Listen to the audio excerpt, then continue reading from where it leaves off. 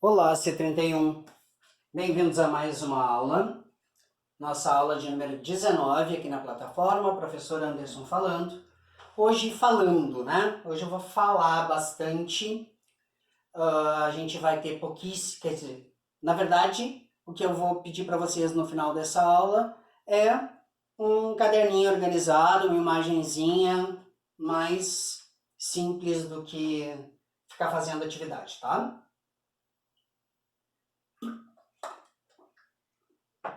Vamos falar um pouquinho de história. Porque até agora a gente está falando sobre as equações, sobre elas incompletas, completas, discriminante, blá blá blá, blá blá blá, mas eu ainda não falei para vocês de onde é que surgiu tudo isso. E esse é o momento da gente dar uma parada e pensar e entender um pouco como é que essa história apareceu, tá? Então, sobre o título As Raízes da Equação de Segundo Grau, um pouco de história, vamos conversar um pouquinho sobre essa história, sobre como isso surge para a gente, tá? Então, assim, nós temos no ano zero uma coisa chamada divisão do calendário gregoriano, né? O ano zero seria o ano do nascimento de Cristo. O que acontece antes, a gente chama de antes de Cristo, e o que vem depois de Cristo. E muitos sítios arqueológicos foram investigados para entender como a matemática foi desenvolvida em regiões diferentes. Nem todas as regiões a gente conhece, tem muita coisa que foi desenvolvida no Oriente, por exemplo, na China, que como eles faziam operações com galhos, com pedaços de madeira e não ou em folhas, isso se perdeu historicamente. A gente perdeu muita informação sobre o avanço da matemática no Oriente. Mas, em contrapartida, a galera ali da região da Mesopotâmia, que é hoje Kuwait e Iraque, né, ali entre os rios Tigres e Eufrates, vocês já devem ter ouvido falar disso em geografia ou em história, né? A galera ali da Mesopotâmia, desde 4.000 anos antes de Cristo, pensa bem, 4.000 anos antes de Cristo, vai ano, vai ano, vai ano. É o dobro do que a gente viveu depois de Cristo. Isso quer dizer, 6.000 anos atrás. 6.000 anos atrás, a galera da Mesopotâmia já trabalhava com escrita cuneiforme. Eles já trabalhavam com simbologia matemática.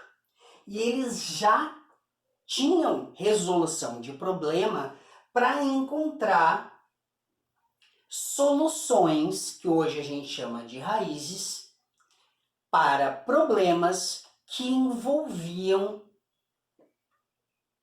potência, que envolviam equações do segundo grau. Ainda não era equação, por quê?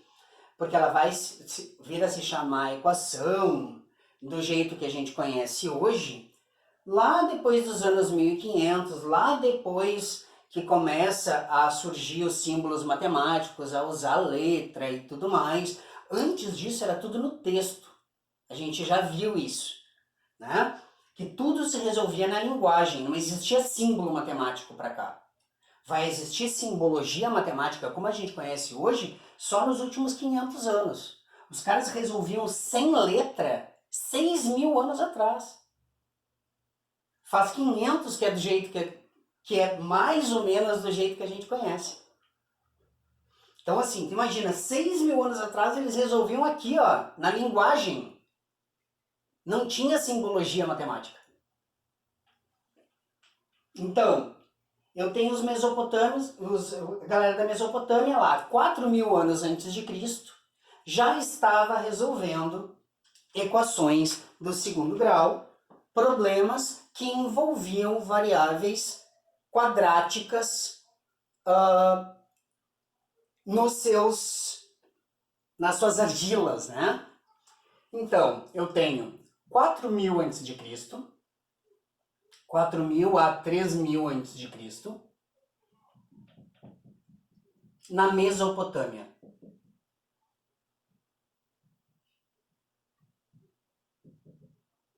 Eu vou usar outra caneta aqui, porque essa caneta está começando a falhar.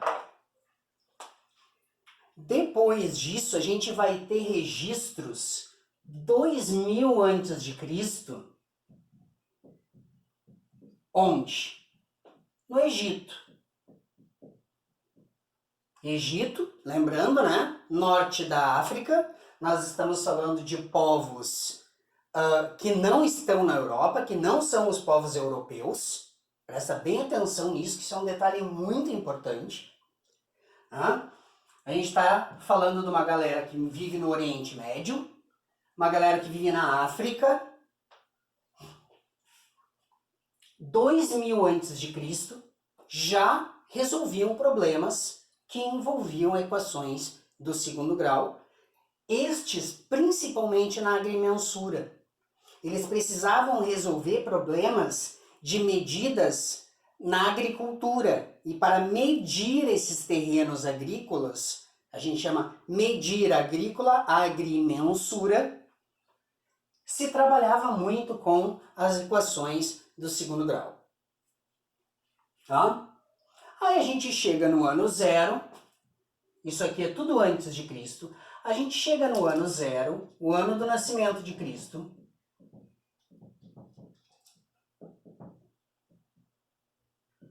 e começa o desenvolvimento europeu.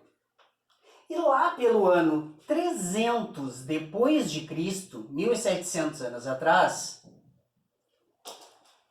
na Grécia,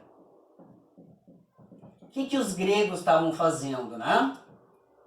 Eles estavam indo muito na África, na região do Egito, investigando as universidades egípcias que existiam, a documentação egípcia que existia, tirando muitas informações de lá e levando de volta para a área europeia. Na Grécia, um cara chamado Euclides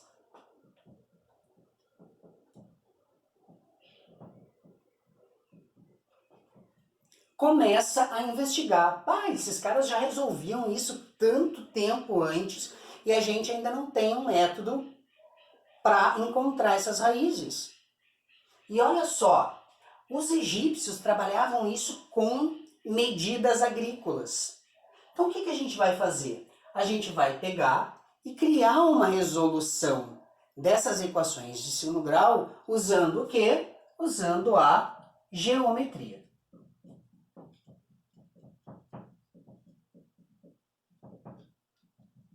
Então, começam a surgir formalizações geométricas para encontrar a solução da equação de segundo grau. Na Grécia, a Grécia era muito conhecida pelas resoluções geométricas das coisas. Eles gostavam muito de trabalhar com geometria e o Euclides acima de tudo. Bom,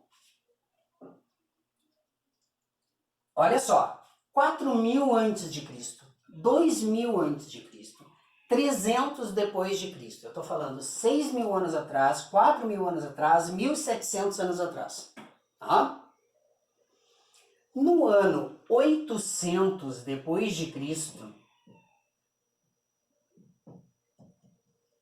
e aqui ó, eu botei uma linha do tempo, ano 0, lá para trás, Mesopotâmia e Egito, o ano 300, o ano 800. Então nós temos aqui uma informação, 2 informações, 3 informações, 4 informações.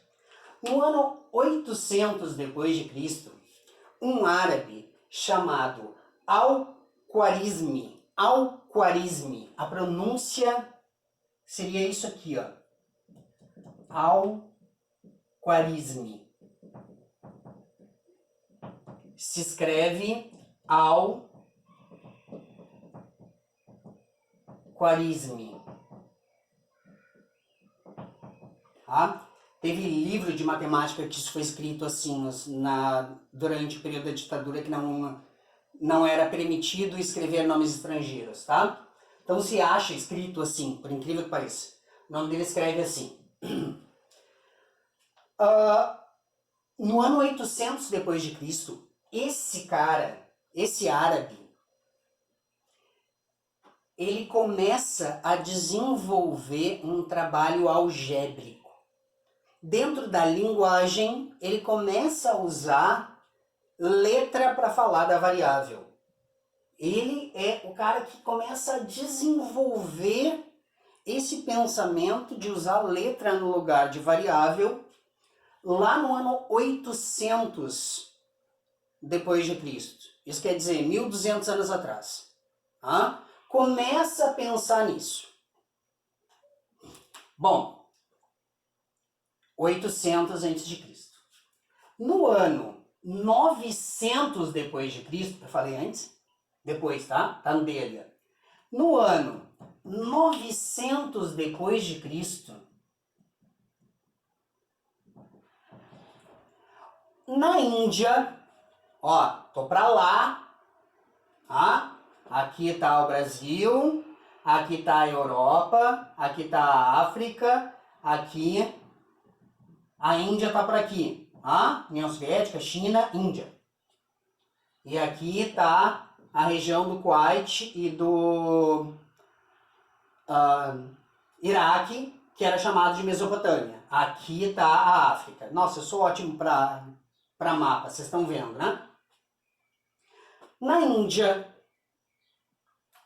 um cara chamado Siddhara, é difícil de pronunciar, um cara chamado Siddhara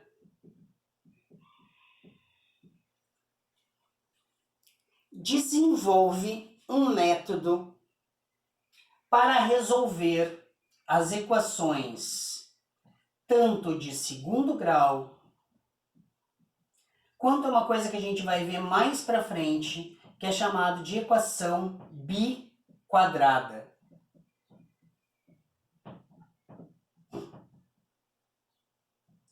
Biquadrada, 2 vezes quadrada. Biquadrada, quer dizer, potência 4.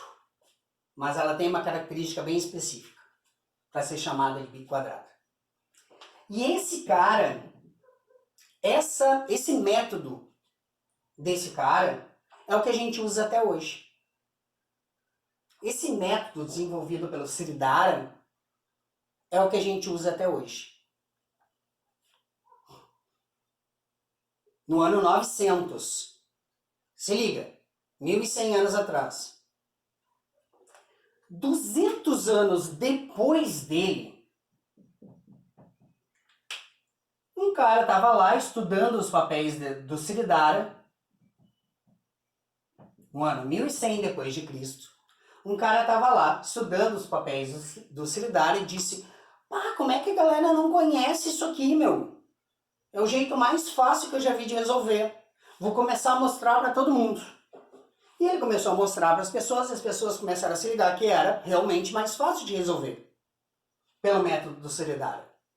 Só que ninguém se ligou que quem desenvolveu o método foi o Siddhara. As pessoas começaram a dizer: usa aquela lá que o Bhaskara está usando. Usa aquela lá que o Bhaskara está usando. E aí, a fórmula ficou conhecida como fórmula de Bhaskara. Não foi ele que inventou. Não foi ele que formalizou. Ele só achou os papéis e ganhou nome. Detalhe, no mundo inteiro todo mundo já sabe disso. O Brasil é um dos poucos lugares do mundo onde as pessoas ainda chamam o método para resolver de fórmula de Bhaskara. Não é do Bhaskara. Calma, piora. O Bhaskara, o que ele fez? Ele popularizou. E não vamos tirar o método dele, porque popularizar alguma coisa é difícil. Ele popularizou a solução do Siddhara. No ano de 1500 e lá vai pedra, 1500 e aproximadamente 70, vou botar um aproximadamente aqui, Na França,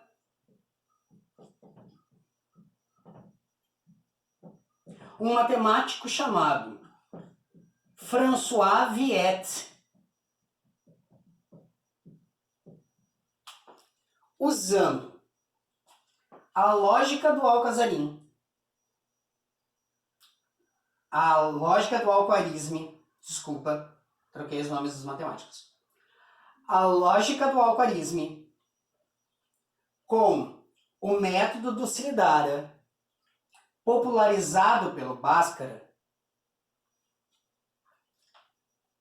transformou tudo isso nisso que a gente está estudando agora. O A, o B, o C, o delta, as raízes, como fica a equação completa e a equação incompleta. Então, assim, se a gente tivesse que chamar a fórmula de alguma coisa, a gente ia ter que chamar de fórmula de Viet, porque foi ele que pegou tudo isso e transformou numa coisa só. Mas a história é muito mais antiga do que eles. Nós temos soluções há 6.000 anos. O cara só formalizou para o método que a gente trabalha hoje. Tá? Então, o Viet formalizou.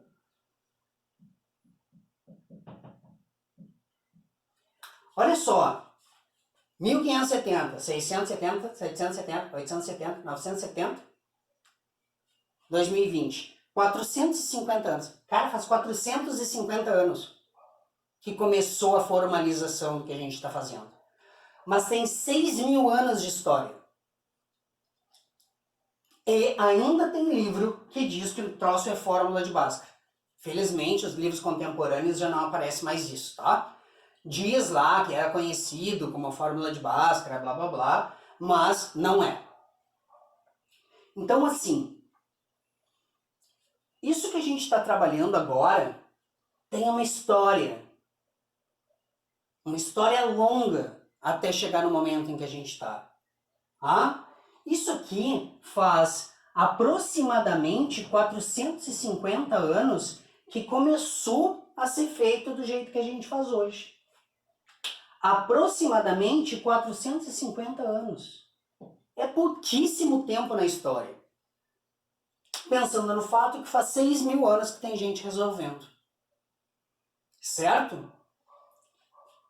Então, assim, importante este momento da gente conseguir entender que existe uma história por trás disso. Para a gente poder, quando chegar na parte de aplicação, entender por que isso é usado até hoje. Tá? Dá um pause, copia isso de maneira organizada no caderno de vocês e a gente já se fala. Então, pessoal, para concluir isso aqui, agora que vocês estão com o caderno organizado aí. Quando falarem em fórmula de Bhaskara, lembra do seguinte, não é do Bhaskara. Só no Brasil e em pouquíssimos outros países as pessoas usam a expressão fórmula de Bhaskara. Não se sabe por quê, né? Quer dizer, apesar do Bhaskara ter popularizado isso, não se sabe por que no Brasil começaram a chamar de fórmula de Bhaskara e ficou sendo chamada por tanto tempo. Então, assim, a gente não vai falar mais no nome do Bhaskara, vai falar em solução da quadrática, tá?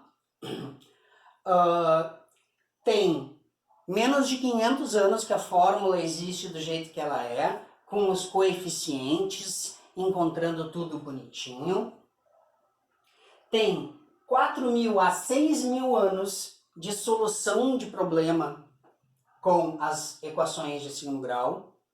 E conhecer um pouco dessa história faz com que a gente consiga localizar alguns deslocamentos que aconteceram até chegar no ponto em que os gregos conseguem juntar todas... Os gregos não, desculpa. Na verdade, que na Europa, na França, o Viet consegue juntar todas essas informaçõezinhas e fechar tudo num assunto só. Tá? Eu estou mostrando para vocês em partes.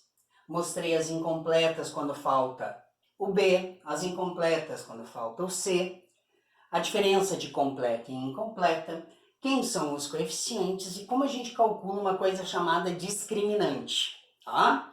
A partir de agora a gente vai ver como se calcula essas raízes, a partir dessa fórmula. Tá?